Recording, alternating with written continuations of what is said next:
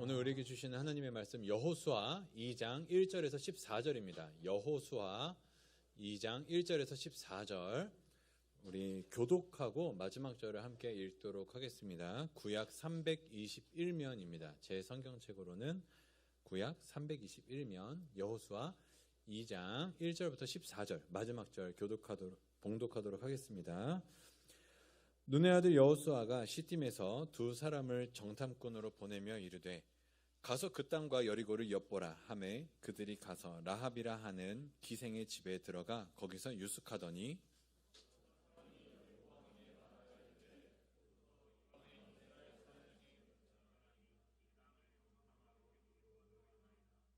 여리고 왕이 라합에게 사람을 보내어 이르되 내게로 와서 내 집에 들어간 그 사람들을 끌어내라. 그들은 이 온 땅을 정탐하러 왔느니라.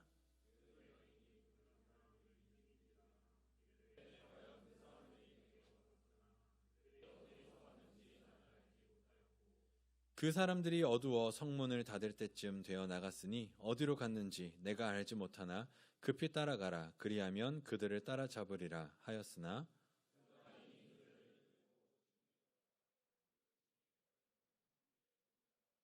그 사람들은 요단 나루터까지 그들을 쫓아갔고 그들을 뒤쫓는 자들이 나가자 곧 성문을 닫았더라.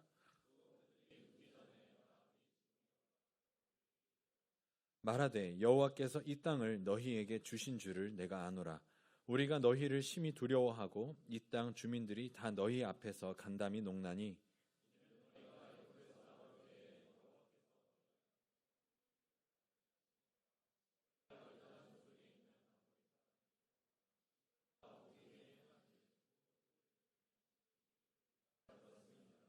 우리가 듣자 곧 마음이 녹았고 너희로 말미암아 사람이 정신을 잃었나니 너희의 하나님 여호와는 위로는 하늘에서도 아래로는 땅에서도 하나님이시니라.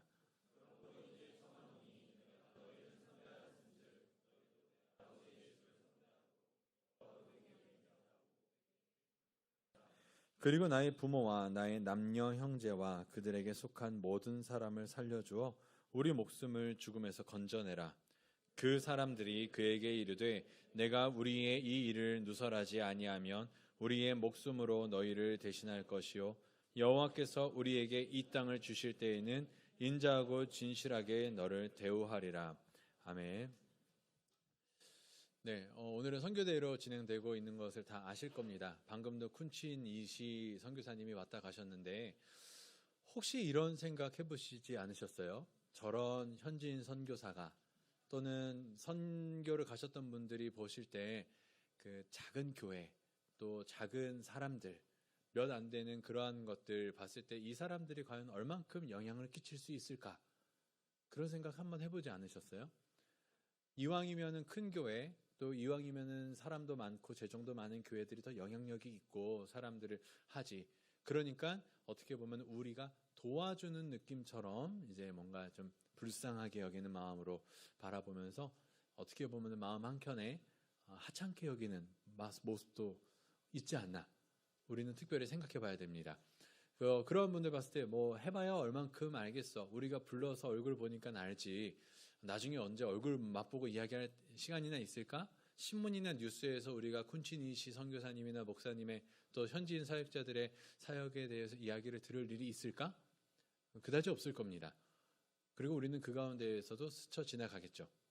하지만 하나님께서 모든 영역 속에서 한 사람 한 사람을 보잘것없고 이름도 없이 지워질 것 같은 그 사람들을 부르시는 이유가 분명히 있다는 것을 오늘 말씀 묵상하는 가운데에 특별히 선교사님들 생각하니까 딱 이게 맞게 되더라고요. 이거를 한번 우리의 이야기로 한번 생각해 보겠습니다. 자, 여기서 20대 한번 손 들어 보시겠어요? 좋으시겠어요. 네. 네. 자, 우리 30대 한번 손 들어 봅시다. 네. 자, 여러분들 20대, 30대 같이 있는데, 27살도 있고, 30 중후반도 있을 수 있지만, 자, 여러분들의 인생, 지금까지 지나온 20여 년 또는 30여 년을 점수로 매긴다면 몇 점 정도 될까요? 내 인생은 또 내 삶의 가치는 어느 정도라고 생각하세요? 성공한 인생인가요? 뭔가 세상 사람들에게 영향력을 끼칠 만한 그러한 도드라진 사람이 되었나요? 아니면 아까 우리가 이야기했었던 쿤치니시 선교사님처럼 어디선가 다 사역은 하지만 이름도 빛도 없이 그냥 사라져 갈 것 같은 그런 보잘것없는 사람처럼 느껴지시나요? 아마 이 중에서 대부분의 사람들은 내 인생이 이제 특별히 20대는 조금 꿈을 꿀 수 있겠지만 30대로 갈수록 내 인생의 한계가 어디까지인지, 내 인생의 가치가 어디까지인지를 굉장히 느끼게, 뼈저리게 느끼게 될 것 같습니다. 한없이 초라할 것 같은 그 상황 속에서 하나님은 왜, 또 우리는 말씀 속에서 왜 포기하지 않을 소망을 갖고 하나님의 나라를 위해서 꿈꾸고 열심히 살아야 되는가? 오늘 말씀을 조금은 더 집약해서 시간 때문에 줄여서 빠르게 이야기하겠지만 여러분들이 그 가운데 하나님의 음성을 듣고 깨닫는 그런 시간 되시기를 바랍니다. 자, 오늘 우리는 말씀 속에서 인생의 변두리에 서 있는 한 여인을 보게 됩니다. 바로 기생 라합이죠. 이제 15절을 보시면 그녀의 집은 성벽 위에 있었다라고 이야기를 합니다. 이제 대부분의 학자들은 여리고성을 이중 성벽이라고 추정을 합니다. 이중 성벽이라 함은 성벽과 성벽 사이에 빈 공간이 있고 그 빈 공간에 장애물들을 많이 둬서 바깥 성벽이 무너져도 그 장애물들과 여러 가지들이 두 번째 성벽으로 오지 못하게 이렇게 가로막는 그러한 이중 성벽이라고 추정을 하는데, 지금 요 기생 라합의 집이 어떤 형태냐면 그 성벽과 성벽 사이 그곳에 거주하는 사람들이 있었답니다. 그곳에 있는 사람들이에요. 쉽게 이야기하면 거주할 곳이 없어서 달동네처럼 이리로 저리로 떠들고 살 수 있는 곳을 찾다 보니 변두리, 성벽과 성벽 사이에 살게 되는 그러한 케이스라고 하는 거죠.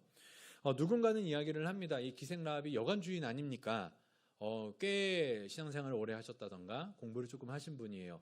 요세푸스라고 하는 역사가가 이 기생 라합에 대해서 여관 주인이다라고 이야기를 했기 때문에 그러한 이야기들이나 설교들도 나왔습니다.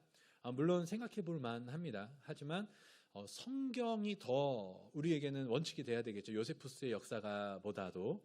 그래서 참고할 만은 하지만 기생 라합 할 때에 이 짜나라고 하는 이 창녀라고 쓰이는 그 단어가 이 라합에게 쓰여 있습니다. 그러니까 뭐 굳이 뒤돌아서 이렇게 꼬지 않고 기생이었던 라합, 이렇게 우리가 생각하는 게 더 좋을 것 같습니다. 근데 여기서 우리가 참 궁금증이 생기죠. 그러면 왜 이 두 정탐꾼은 기생 라합의 집으로 갔는가? 이걸 뭐 간단하게 생각해 보면 뭐 출장 나갔다가 이제 정탐하라고 출장 나갔는데 이제 바람 피고 오는 건가?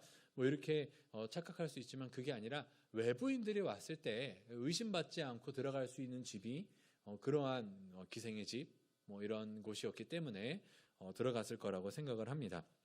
그래서 히브리어를 보면 남자와 여자가 관계를 맺기 위해서 쓰이는 동사에 이 접속사들이 따로 있는데, 라합에 대해서는 라합의 집에 들어갔다, 1절에 유스카로 들어갔다 했을 때 그냥 단순히 그곳에 갔다, 그녀의 집에 갔다 이렇게 하지 그녀와 관계를 맺기 위한 어떠한 이제 단서도 나오지 않습니다.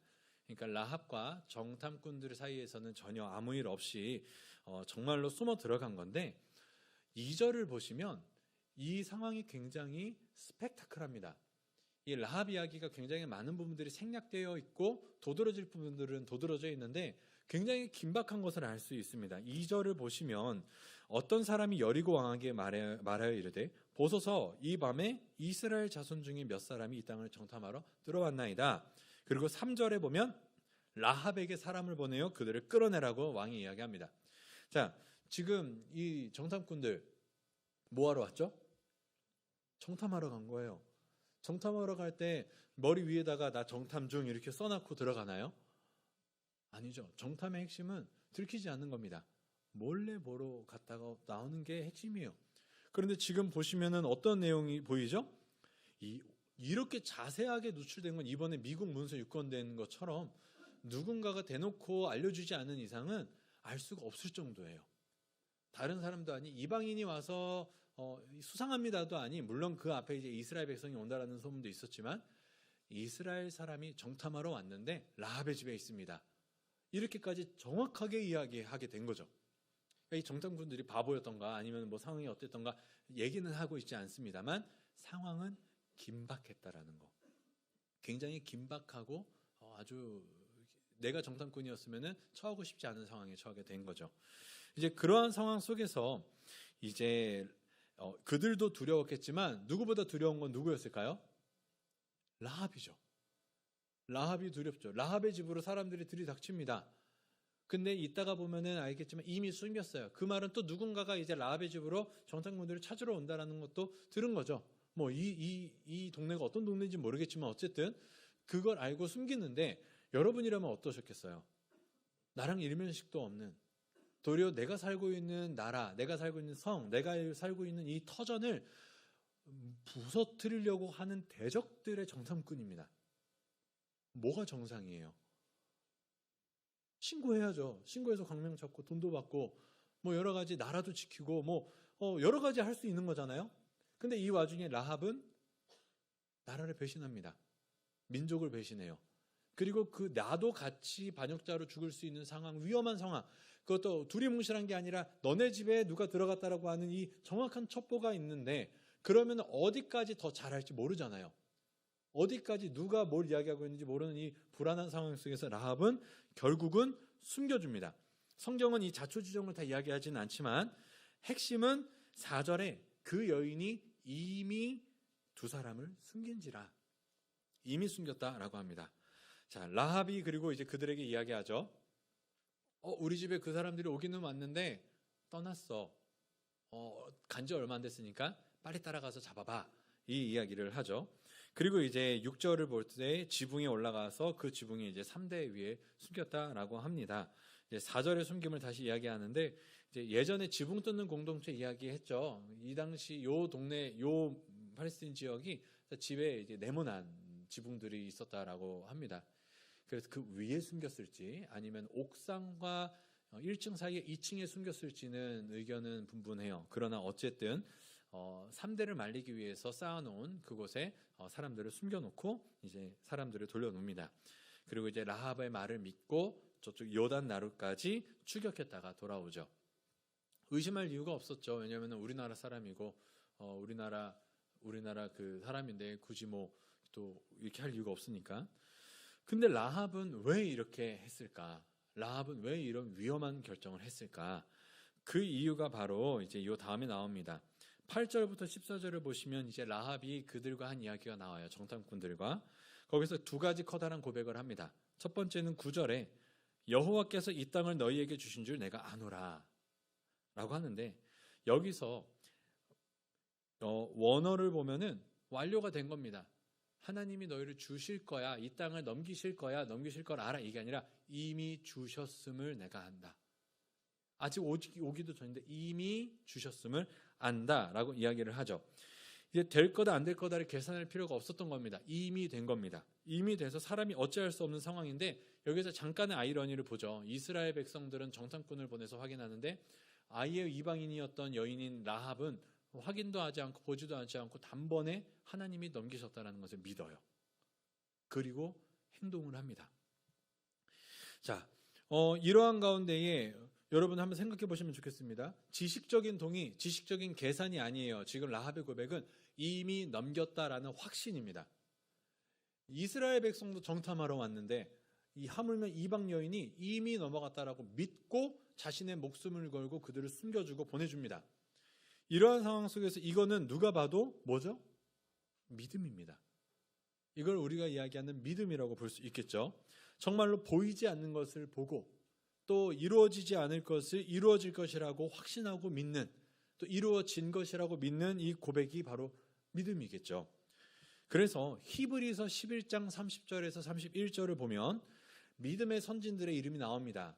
여러 믿음의 사람들이 마지막에는 뭐 토베도 켜고 뭐도 하고 막 다수로 나오지만 그 중에 몇몇이 이름이 언급이 되는데 그 중에서도 2절이나 할애된 게 바로 이 라합이에요. 30절 31절에 이럽니다. 믿음으로 7일 동안 여리고를 도니 성이 무너졌으며 믿음으로 기생 라합은 정탐꾼을 평안히 영접하였으므로 순종하지 아니한 자와 함께 멸망하지 아니하였다. 라합은 여리고성 사람이었어요. 이방 여인입니다. 이방 여인이라고 하는 건 뭐냐면 하나님의 계획 속에 헤렘이라고 하는 완전한 진멸. 이제 구약 속에서 여러분들이 많이 보시는 남녀노소 가축을 불문하고 다싸그리 잔혹하게 진멸해버려라. 이 헤렘의 대상이 라합이었어요. 라합은 이스라엘 백성이 아니었습니다. 그런데 그가 믿음으로 하나님을 고백하죠. 그리고 믿음으로 하나님의 백성 가운데 들게 되고 심지어 하나님의 믿음의 사람의 반열에 올라가서 성경의 이름이 기록되기까지 합니다. 여러분 기억하실 것은 믿음은 하나님의 백성들의 특권이 아니에요. 반대로 믿음을 가진 자들이 하나님의 백성이 되는 겁니다. 혈통적인 유대인이나 또 혈통적인 어떤 그러한 것이 하나님의 백성을 규정하지 않고 이방인일지라도 믿음을 갖고 있다면 하나님의 백성이 되는 것을 볼 수 있죠. 이게 첫 번째, 이제 이미 보고 있는 라합의 믿음의 고백을 보았고, 두 번째는 9절에 라합이 너희로 인해, 지금 여리고 성 안의 분위기가 장난 아니라고 이야기를 합니다. 이게 11절까지 보면 총 4번 정도의 표현이 나오는데, 심히 두려워했고 간담이 녹았고 또 11절에 마음이 녹았고 사람이 정신을 잃었답니다. 다 같은 말인데 몇 번을 반복하는지를 모르겠어요. 그만큼 심각한 패닉 상태였습니다. 여기서 이제 간담이 녹았다라는 의미가 이제 흙에 물을 막 뿌려서 흙이 스스러져 내리는 그걸 형상화하거든요. 그러니까 그 여리고성의 사람들의 마음이 다 녹아내린 겁니다. 그런데 여기서 우리가 볼 수 있는 것은 구약에서 전쟁 전에 이러한 심적인 공포는 하나님이 대적과 싸우실 때 주로 일어나는 일이에요. 하나님이 싸우실 때 그 대적의 마음이 내가 싸우기 전에 이미 간담이 녹아버리고 공포에 떨고 이러한 모습들을 우리가 많이 보게 되죠. 그 말은 지금 여리고성 전투는 이스라엘의 전투가 아니라 하나님의 전투였다라는 거죠. 하나님이 하시는 일이라는 거죠. 이거를 우리가 확인할 수 있습니다. 자, 이 부분을 기억하고 가나안 정복은 이제 우리가 여호수아는 가나안 정복이라고 이야기하지만 가나안 선물, 가나안 분배라고 이야기하는 이유를 좀 알게 되겠죠. 여기서 이어서 10절로 가게 되면 이제 이스라엘에게 하나님이 어떤 일을 하시는지를 우리가 들었다라고 합니다. 홍해를 건넌 일, 그리고 아모리 사람의 두 왕 시온과 옥에게 행한 일들을 우리가 들었다라고 이야기를 하는데, 여기서 하는 말은 여리고 성에서 들려오는 소문이 그냥 막연한 소문이 아니었다는 거죠. 실제로 하나님이 하신 일을 듣고 그들의 마음이 녹아진 겁니다. 자, 여기서 우리가 기억해야 될 게 있죠. 여러분, 하나님의 하신 일들이 어디에 있을까요? 성경 속에 가득합니다.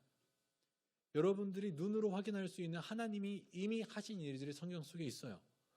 여러분, 이 하나님의 하신 일들을 직접 눈으로 볼 때 그게 소망이 되나요? 그게 여러분들의 힘이 되나요? 지금 여리고 성에 있는 백성들은 그 소식을 듣고서는 간담이 서늘해지고 녹아내립니다. 하물며 하나님의 백성인 우리가 하나님이 하신 일을 이렇게 많이 보고도 왜 불안해하고 있는지, 무엇을 걱정하고 있는지 한번 우리가 생각해 볼 필요가 있습니다. 자, 이러한 가운데에 믿음의 고백 속에서 라합은 결국은 정탐꾼과 언약을 맺습니다. 자, 내가 너희를 선대했고 너희를 살려줬으니 너희도 그 진멸의 때에, 그 심판의 때에 나를 구원하라, 이렇게 언약을 맺죠. 그리고 그 조건은 이제 빨간 줄을 매면은 이제 내가 그 집은 구원하겠다 얘기하면서 정탐꾼들이 자신의 생명까지 겁니다. 이걸 어기면 우리의 생명을 걸겠다, 이렇게까지 이야기를 하고 가요.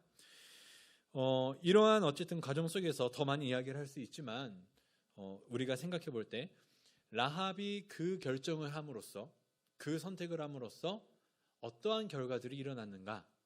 첫 번째로 라합과 라합의 가족들이 살았죠. 하나님이 넘겨주신 여리고성은 넘어집니다. 이제 무너집니다. 그런데 그 가운데의 진멸 속에서 이스라엘 백성들이 들어올 때에 모든 것을 진멸하는데 라합과 그의 집만 살아남아요.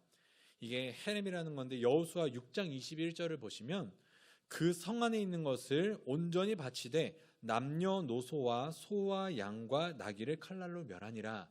짐승과 어린아이, 늙은이, 아녀자 할 것 없이 잔인하게 모든 이들을 진멸합니다. 그러나 그 가운데 이제 라합은 살죠. 근데 여기서 생각해 볼 것은 하나님이 하시는 심판, 진멸이라고 하는 것은 이렇게 두려운 거예요. 완전한 진멸, 완전한 심판. 그런데 그 가운데에 라합과 그의 가족들과 그에 속한 것은 살죠. 6장 25절을 보면 여호수아가 기생 라합과 그의 아버지의 가족과 그에게 속한 모든 것을 살렸으므로 오늘까지 이스라엘 중에 거주하였으니 이는 여호수아가 여리고를 점탐하려고 보낸 사자들을 숨겼음이니라. 자, 정리하면은 지금 그녀는 이방인 중에 있으면서 어려운 상황 속에서 하나님을 경외하였습니다. 그리고 믿음의 눈으로 하나님의 하신 일을 보았죠. 그리고 믿음으로 모든 것을 행하였습니다. 그리고 나니 그 믿음의 선택들이 언약에까지 이르게 되고 그 언약으로 그는 하나님의 두려운 진노 속에서 살아남았죠. 이것은 결코 쉬운 일이 아니었습니다. 이 믿음의 선택은 내가 살고 있는 집, 내가 살고 있는 환경, 일상, 여러 가지 모든 것들을 내려놓고 하나님이 하시는 것을 믿으며 그냥 나아간 거예요. 뭔가 아브라함의 모습도 보이고 또 여러 가지 모습들도 겹쳐 보이기도 합니다. 믿음의 사람들이 그렇게 사는 것 같습니다. 여러분들은 그게 쉽사리 되나요? 하나님께서 여러분들에게 약속하신 무엇인가 있을 때 내 모든 것들을 다 내려놓고 훌훌 떠나면서 나아갈 수 있는 그러한 쉬운 이야기를 할 수 있을지. 자, 그렇게 돼가지고 결국은 라합과 그의 사람들은 살았죠. 그래서 이것을 왜 라합 효과라고 했냐면 나비 효과라고 여러분들 들어보셨죠? 브라질의 아마존에서 나비의 날갯짓 하나가 반대쪽에, 지구 반대쪽에 태풍을 만들어낸다. 이 모티브로 제목을 지었는데 라합은 하나님이 하신 일을 믿음으로 보았습니다. 그리고 행동했어요. 그리고 그 가운데에 언약이 맺어지고 살았습니다. 자, 근데 이렇게만 이야기하면 뭔가 브라질 아마존에서 그냥 기껏해야 아르헨티나 요 정도까지 간 것밖에 느낌이 안 되겠죠. 우리가 여기서 한 발짝 더 라합의 이 믿음의 선택과 행동이 어떠한 결과까지 일어났는지를 확인해 보려고 하는데 마태복음의 1장 1절을 보시면 바로 우리가 잘 아는 그리스도의 계보가 있습니다. 아브라함과 다윗의 자손 예수 그리스도의 계보라 라고 하면서 6절까지 아브라함은 이삭을 낳고 이삭은 야곱을 낳고 야곱은 유다와 그의 형제들을 낳고 유다는 다말에게서 페레스와 세라를 낳고 베레스는 헤스론을 낳고 헤스론은 람을 낳고 람은 아비나답을 낳고 아비나답은 나손을 낳고 나손은 살몬을 낳고 그 다음에 살몬은 라합에게서 보아스를 낳고 보아스는 루색에서 오벳을 낳고 오벳은 이새를 낳고 이새는 다윗 왕을 낳으니라. 여기서 살몬은 라합에게서 보아스를 낳고 했을 때 이 라합이 바로 이 기생 라합입니다. 여러분, 그녀로 인하여 룻기가 만들어지고요. 그녀로 인하여 다윗 왕이 탄생하고요. 그녀로 인하여 예수 그리스도가 탄생하게 되십니다. 그 말은 무슨 말이냐면은 지금 라합이 이것까지 다 생각하고 이것을 했을 거라고 알 수가 없죠. 이것까지 다 알 수 없었을 겁니다. 그러나 그가 선택한 것은 내 눈앞에 믿음의 눈으로 보았던 하나님, 이미 이 땅을 넘기신 하나님을 보고 본토 친척 아비집을 떠난 것처럼 훌훌 내가 살아갔던 환경, 내가 살아갔던 여러 가지 친구들, 익숙한 나라 이런 것들을 버리고 행한 겁니다. 그리고 그것은 결국은 예수 그리스도를 넘어 지금 여기에 있는 우리에게까지도 영향을 미쳤죠. 라합 한 사람의 이 믿음의 선택 때문에. 사랑하는 메이커스 여러분, 이게 왜 중요하냐면 아까 처음에 말씀드렸듯이 라합은 아무것도 아닌 사람이었습니다. 아니 애초에 아무것도 될 수 있는 사람이 아니었어요. 이방 여인이었죠. 원래는 진멸받아야 할 대상이었습니다. 기생이었습니다. 아무리 좋게 표현을 해도 어떤 시대가 되었든지 간에 여성으로서는 참 쉽지 않고 비참한 삶을 살았던 사람입니다. 사회 속에서 영향력을 끼치기는커녕 내 몸 하나, 내 삶 하나 그래도 유지하고 살아갔다면 잘 살았다라고 이야기할 수 있는 상황이죠. 그런데 그 라합 한 명이 믿음으로 하나님을 경외하고 그 선택을 했더니 자신과 자신의 가정이 사는 것을 넘어서 온 세상의 생명을 전하고 지금 우리에게까지도 영향을 미치는 엄청난 결과를 만들어냈다는 것이죠. 아마 라합도 하나님의 나라에서 봤을 때 내 선택이 이렇게까지 큰 역할을 하게 됐나? 깜짝 놀랐을 거예요. 죽을 때까지도 몰랐을 겁니다. 여러분, 여러분의 삶이 그렇습니다. 세상의 눈으로, 사람의 눈으로 봤을 때에는 왕이 더 큰 일을 할 수 있을 것 같고 강한 용사가 더 많은 영향을 미칠 수 있을 것 같고 역사 속에서 나오는 나폴레옹, 여러 가지 카이사르, 여러 가지 이제 위인들을 보면서 이 사람들은 역사의 이름이라도 남기고 영향을 끼쳤지. 세종대왕님이나 이런 것처럼. 나는, 여러분은요? 여러분의 이름 세 글자가 이 땅에 남을까요? 우리 가운데에 기억나는 거는 둘째치고 세상 사람들이 여러분의 말 한마디에, 여러분의 선택 하나에, 행동 하나에 큰 영향을 미칠까요? 대부분 그렇게 살고 있지 않을 겁니다. 그러나 하나님께서 오늘 라합을 통해서 보여주시는 것은 하나님을 경외하고 믿음의 눈으로 하나님을 바라보고 내 삶의 순간에, 내 삶의 모든 순간에 그 하나님을 경외함으로 세상 모두가 아니라고 해도 하나님이 하셨으니 내가 믿고 나아갑니다 라고 하는 그 믿음의 결단 하나가 어떠한 하나님의 나라의 일을 할지를 모른다는 거예요. 그게 우리의 살아생전일 수도 있고요, 또는 우리가 죽은 이후일 수도 있습니다. 그러나 하나님이 아까 쿤치니시 선교사님을 불렀던 것처럼 각 삶의 자리에서 이왕이면 더 큰 사람, 이왕이면 더 좋은 사람일 텐데 우리의 생각은 그렇지만 하나님은 그렇지 않고 도리어 사랑받지 않고 죽어야 할, 진멸받아야 할 이방 여인 라합을 택하셔서 믿음을 주시고 믿음의 눈으로 하나님을 보게 하시고 그의 담대한 선택으로 놀라운 일을 행하신다라는 것을 우리는 기억해야 됩니다. 여러분의 삶도 하나님이 그렇게 기대하고 계세요. 우리도 확인할 수 없습니다. 여러분도 살아생전 확인 못할 수 있어요. 그러나 지금 이 순간 또는 내일, 모레 여러분의 모든 삶의 순간순간에 하나님을 경외하며 선택하는 그 한 번의 선택이 어떤 효과를 만들어낼지, 나비의 날갯짓 하나가 지구 반대편에 태풍을 만들어내듯이 여러분의 한 번의 그 믿음의 선택이, 믿음의 삶이 하나님 나라에 얼마나 큰 영향을 미칠지는 우리는 아무도 모릅니다. 하지만 오늘 우리가 말씀 속에서 기억하는 것처럼 믿음의 눈으로 이미 행하신 하나님을 보시기를 바랍니다. 여러분의 삶은 그래서 존귀하고 그래서 예수 그리스도께서 위하여 죽으신 겁니다. 여러분의 한 사람을 위하여, 어떤 한 사람을 통하여 하나님이 어떤 기쁘신 일을 하실지 저도 모르지만 기대하며 기도합니다.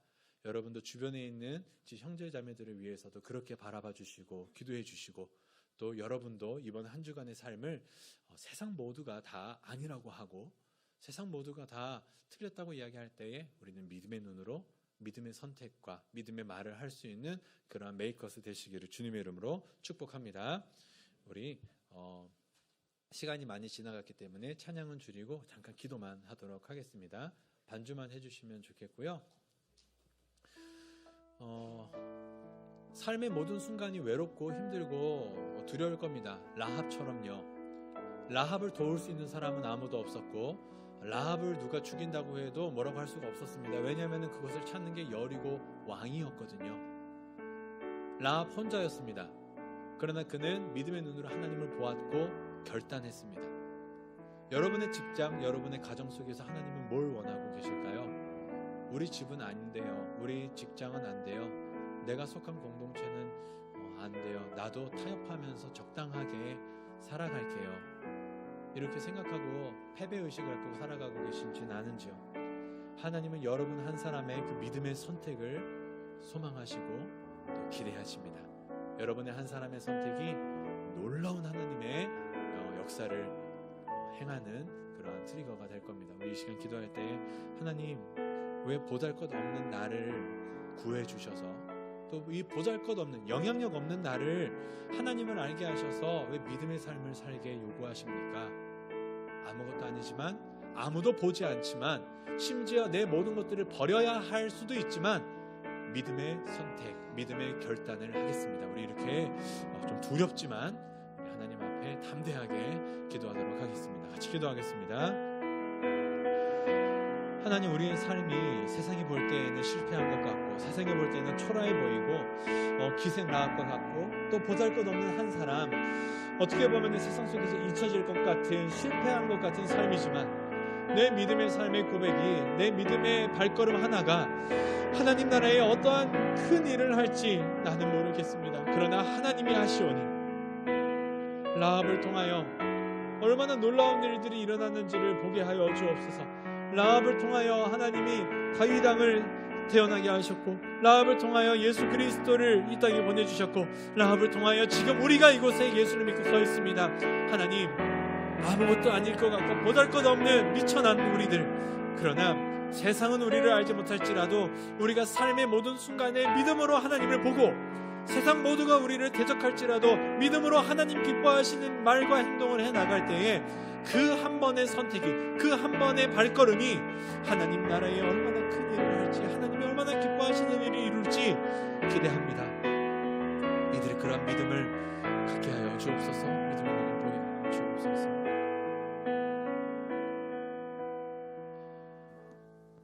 하나님, 우리에게 믿음의 눈을 열어 주옵소서. 라합과 같은 담대함을 허락하여 주옵소서.